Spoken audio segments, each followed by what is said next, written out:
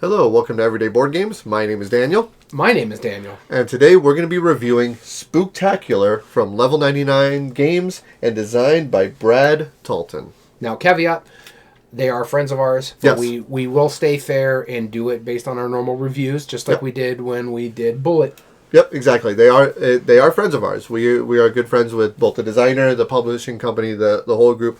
But also, another caveat, they did not provide us a copy of this game is mine. for review. I bought it. This is literally his. They offered it. We said, no, we'd rather buy it because we want to see it. And I have played a production copy prior to this being released as well. It was a pre-production copy, so I did get a little bit of leeway to it from there. So just keep that in mind as we're reviewing. But as always, we take our bias out of our reviews in the way that we approach our reviews. Mm-hmm.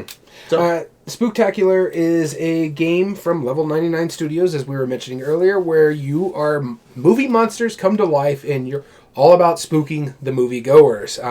And it's 20-something out of the box. There's like 20-something. So it's very asymmetrical. I think 20 exactly.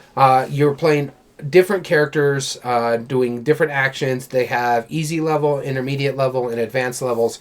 So pick your poison aspect of it. It's a little tongue-in-cheek. You kind of know who they're referencing from each of these creatures, but it's legally distinct from these creatures. 20. But it's got a lot of asymmetry to it. So when we get into that part of it as well, it's a really neat game about being the most successful spooky monster to come to life. Yeah. All right, cool. So the way that we do our reviews is really simple. If you're listening to our channel, then you know exactly our G.A.M.E.R criteria. Mm-hmm. There's 5 different possibilities. There's game immersion, art and production, meaningful choice, ease of play, and replay value. Each, Daniel and I, can give it a thumbs up for each of those categories, giving it a possible 0 to 10 scale of the number of Daniel points that we give it. Also, each of the individual criteria have sub-criteria, which helps us determine if it's going to get that Daniel or not. That's right. So you ready to get into this? Let's do it. All right. As always, I'll flip the coin of doom, and we'll start with game immersion. When we're talking about game immersion, is the game fun to lose? Is there player interaction, such as table talk and role-playing? Or is there memorable moments? And this is probably one of the easiest Daniels for me. It's got that game immersion. One, I get into that role playing. I just recently played the car one, and I was like, oh yeah, this is Christine, hands down. Yep. I'm picking up these passengers. I'm spooking everybody out of here. And it's very simple when it comes to how you're going to play your character, because it tells you on your player board how you're going to play your character. Every character has a special ability, and my ability is completely different than the character you're playing, and my ability is completely different than what Game Head Geek is playing. And so I thought this was fantastic.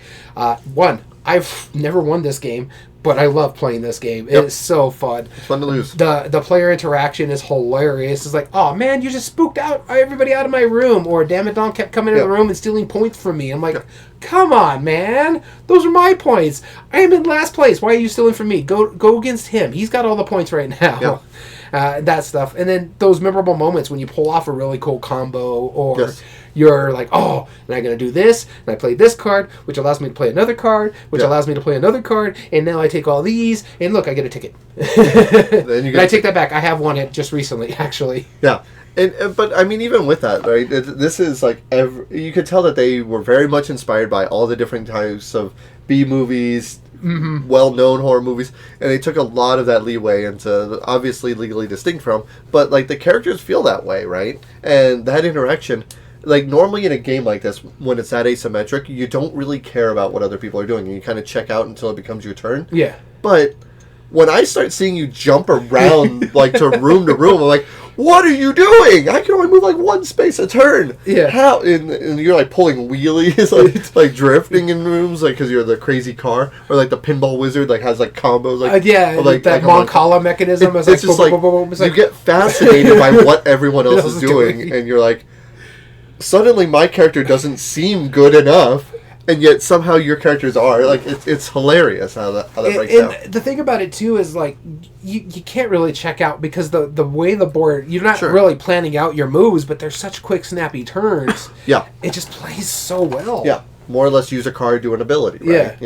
More or less. So game immersion. I have nothing more to add to that. I mean, each of the characters.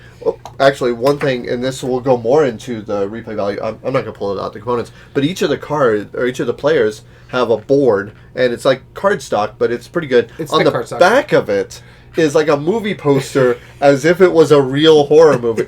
You know, and so what I do, if this was all experienced players, is I'll just shuffle this up and say, pick the character, right? Yeah. Don't worry about like what they do or how they work. Pick the movie poster you like. That's something that could be framed, right? Yeah. Like, it's so good. But, well, again, get into that with art and production next time. So, what do you think on this one? Oh, I gave it a Daniel. It was the easiest. I give it a me. Daniel. Yeah, this is, it's very immersive. It's so silly. All right, our next category is art and production. Which art and production breaks down to, first off, the art. Secondly, the pieces and components, how well they are. And the graphic design. How well does the game look? And if you listen to the podcast or not, you'll know Daniel and I are both colorblind. We got to be able to see the pieces in order to know what's going on. They did color code each of the characters, and each of them are pretty distinct. There are a few that are similar, but the shape of the meeples, they're also screen printed meeples, which does have it where they all very much look different. The components, I have like one little minor gripe against the components personally, is that your player order, you have a little taxi cab token, and that's also your score marker. I wish there was a better way to see that other than just numbered 1 through 5. I get it. I just wish that there was something better because they don't quite fit on the scoreboard well enough. That's my minor gripe too. That is really the only gripe. The player boards are fantastic. They're beautiful. I really do think that you should buy 2 copies of this and put one of them on like all the player boards up as the poster version on the wall. It looks that good. The art, who's the artist on this? A lot of visual design talents of Davey. But and by the way, like each of these have like little taglines like based off the character. Yeah. Back to game immersion, right? There's just all sorts of just cheesy taglines. It's so good, and everything is looking like it's a movie style, right? Yeah. Even all the credits. And so, you're spooking everybody in a movie theater. Yep, exactly. Visual design talents of Davey. Oh, I've met Davey. Okay, Davey's a cool guy. Yeah, it's amazing art. Davey Wagnerrock is what he's failing to mention over here. I'm failing to mention. I know Davey. It's like they don't. They don't know. Art and production. The pieces, like I said, every player has their own meeples. Sometimes you need some custom tokens. The tickets look like tickets. The only part of the board that I also have a minor gripe against. There is a single room near the entrance that we always mistake. It feels like it should have a door, and it doesn't have a door printed on it, and that's kind of on us. But for some reason, it feels like from this room to this room there should have been a door, or not should have been. I don't know. Maybe it shouldn't have, but we keep moving pieces into that room, thinking that there is a door there. Again, that could be an us thing, but it's a you thing. Yeah, that is 2 very minor quibbles of components. And when you take the overall experience of this, this gets a Danny for me.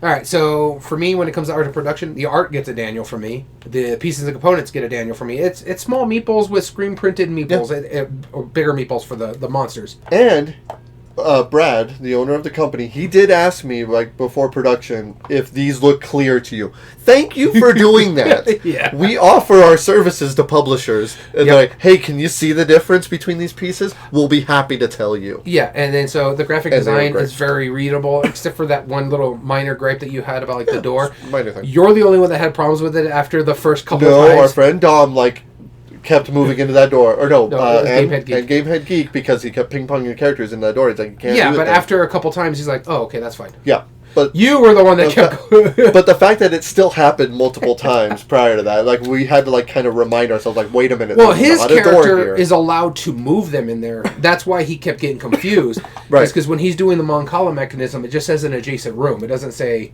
No, adjacent has to go through doors. No, but his character can go move them over. No, they can't. No, and we determined that at the end. But it doesn't matter. It's a minor thing from me, and I'm not going to dock it for that. All right, I'm giving it a check mark because he just wants to argue today. No, I'm on to the next point. His brain is fried at the moment. On to meaningful choice. Here we go. All right, when we're talking about meaningful choice, impact on other players, the depth of strategy, tactics, or skill, and do arbitrary choices in AP make an impact on the game?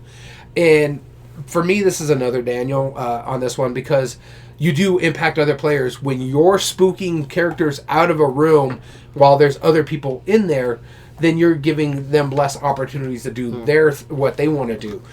Also, some characters want you to pull other creatures in the room, or figures, as they say, because you can steal points for them, or you can get points for scaring them out of the room by pushing them out, or stuff like that. It just all depends on what your character's abilities are doing. So that is going to change there. Your depth of strategy, tactics, or skills, not really skills in this one, but the strategy is like, how do I want to work my cards? Do I want to play this? Because if I play this, then I get to play another card, and then I can play another card because of the way the cards are playing. Okay, that's kind of cool. I got my 3 cards played. Now I can do my action, which I have set myself up with a bunch of these little characters now that I can start maybe doing the devouring or whatever it's called. This way I could try to get a ticket. That is the most random thing in this entire game is the tickets. And there's so many tickets per how many players. I think it's 2 per player. So in a 4-player game, it's 8 tickets.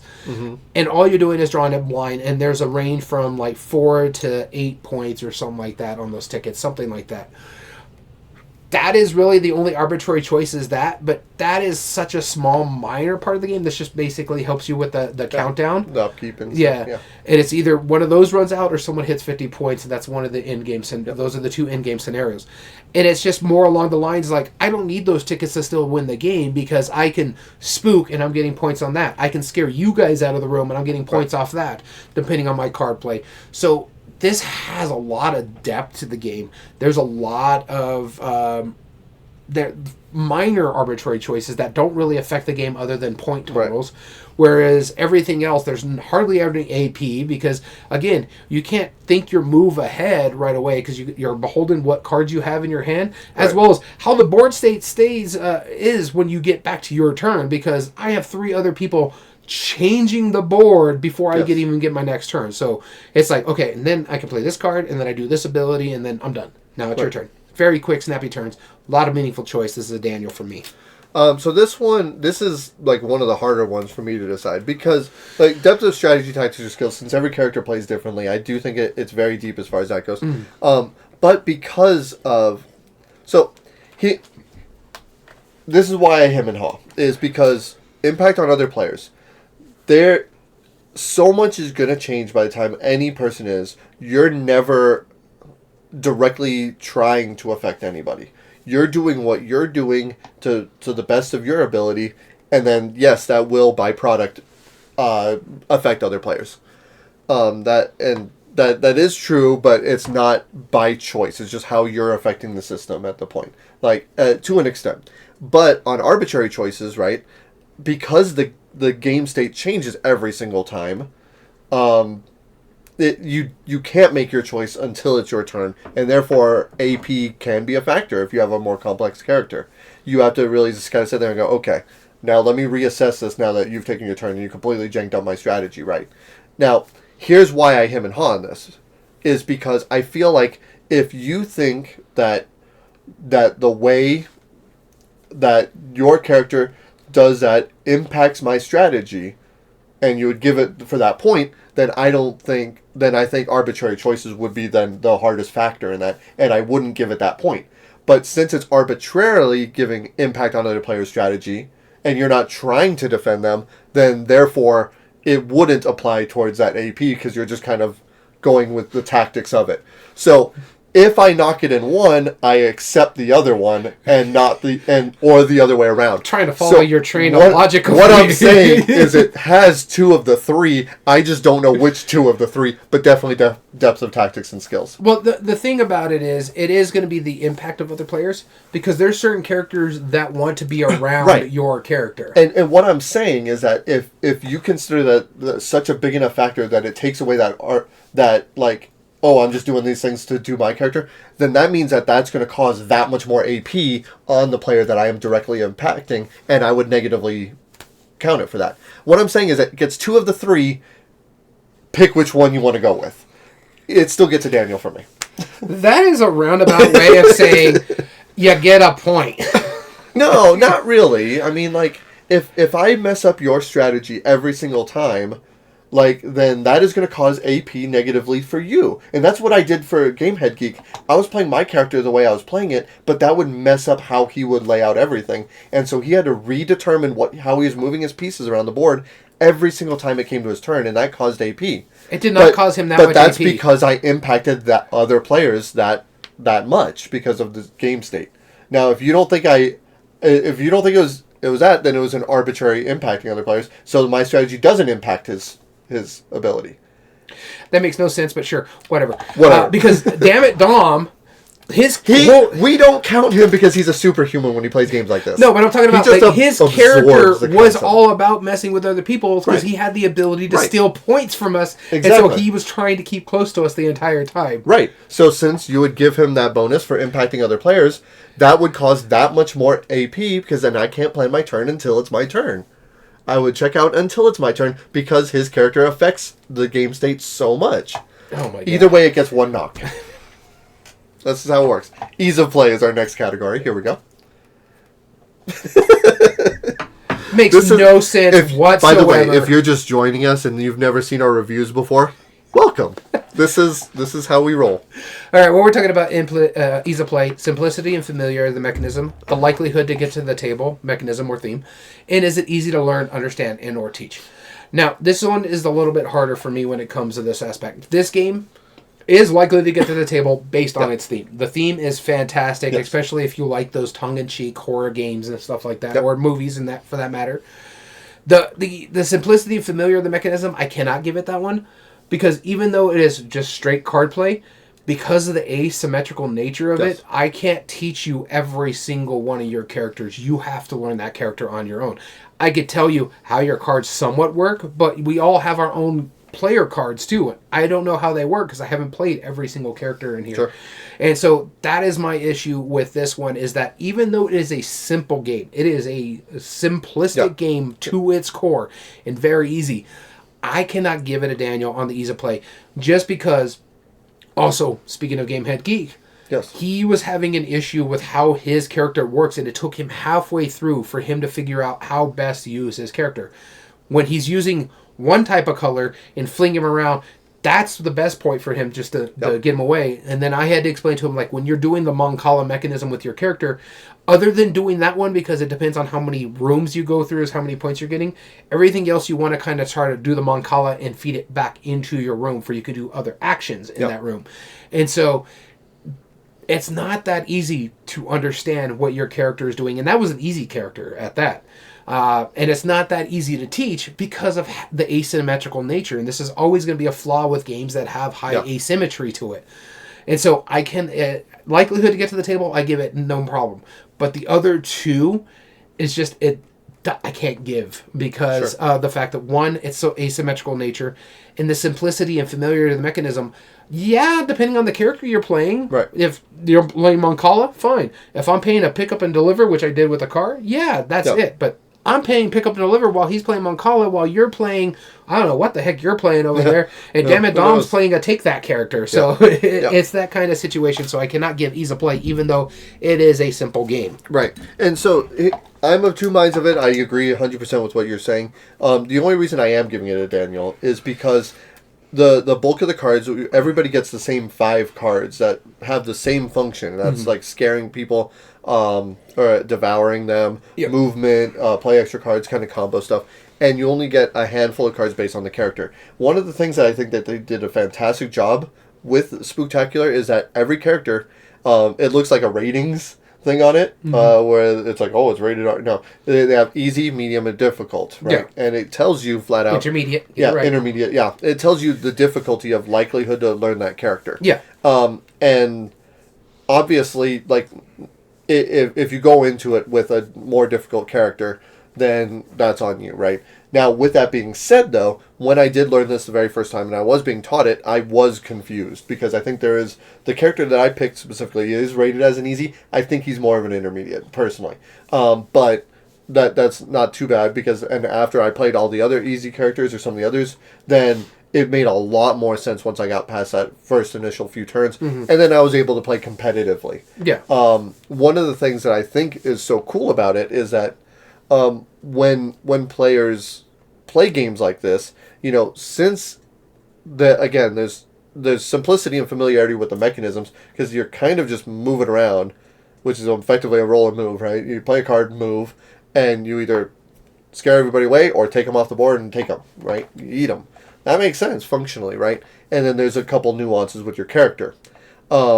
Since it's not secretive, though, and it's not like super asymmetric, you could go through each of the cards pretty easily at the beginning, and that's how I had to start teaching it, and it actually made a lot cleaner teach.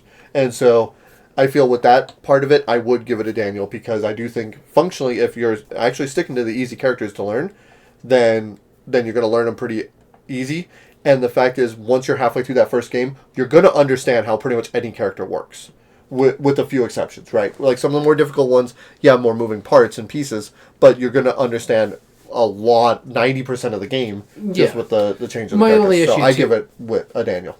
My only issue with that, too, is because every character plays differently, including how they play. Like, I can do my card play first, and then I'm doing my ability, whereas you might be doing your ability before you do your card play. We all do pretty much the same, it's just a lot more steps. Right. And maybe I'm being more lenient on it because it spells it out on the board. It says, do step 1, do step 2, do step 3.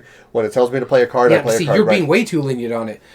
But no, I think that's really clear. It is. I think that's really easy to understand. Except if you're dyslexic and you have to read that. That's the thing. I play with people with dyslexia. Right, we do. Yeah. Right, and I get that, but that will be that it's. Yeah. Yeah, I can't. I still am going to give it to it because I feel like that's an unfortunate truth of the thing. But if you read out those steps and if they remember it, okay. Again, it's still listed right there what the steps are. Now, granted, you're probably right that if you played your card after me or later in the turn order versus at the beginning, then that could have some hiccups. But I don't think it's the thing about it too is like they're simplistic, and I agree with you, and it's fine. Right. You gave it the point. That's your choice. It's the fact of the matter is, like, he can't follow other turns and do his because his character is going to play different. And so trying to teach that character while trying to teach that character while trying to teach that character, it's just not that easy because of how different they are. That's fair. All right, moving on to replay value. Replay value, our last category in our G.A.M.E.R criteria. And what we're talking about that is the length of time and scaling well, minimum number of plays for the full experience, in expandability, already existing expansions, up to one possible future expansions, or confirmed by the designer or publisher. Now, no caveat, I don't know if they're making expansions or something like that. Yeah. This would be probably by far one of the easiest ones to expand just by the different the different stuff that you're going to do. Yep. However, when it comes to replay value, this is another easy Daniel for me on this aspect because the length of time is scaling well. This is going to play at most an hour, maybe an hour and a half, depending. It's really quick. It's so quick, and it plays quick up to snappy 5 turns. players. And just like, we have to hit 50 points. You get points pretty fast. Like 6 to 10 points like every turn if you're playing it really effectively. And also, you start at 10, so it's only you have to get to 40 points, and so that is real simple. Mm-hmm. Also, the minimum number of plays for the full experience, there's 20 different characters in here that play completely different, so it's going to take you multiple plays to see everything. Yeah. It's going to take you max at least player count 4 games. Yeah, so if you play max player count, it's going to take you 4 times to get through it. And are you really experiencing it at that point? Like, no, you want to go through and see all the other characters. Exactly. It's those two alone give it the Daniel for me. I don't even need the expansion part of it. It gets the Daniel for me. 20 unique characters and plays in under like an hour. Yeah. Like, that's... I want there to be more expansions just because, yes. Exactly. Of course. But it doesn't... If it stopped right now, that's still so much content. So that's a Daniel for me. All right, with that being said, Spooktacular from Level 99 Games got a 9 out of 10. All right. So we hope you've enjoyed our review. As always, I've been your host, Daniel. And I've been your host, Daniel. And check out us on all of the other platforms, social medias, all that stuff at Everyday Board Games. Have a good one. Remember, every day is a good day for board gaming.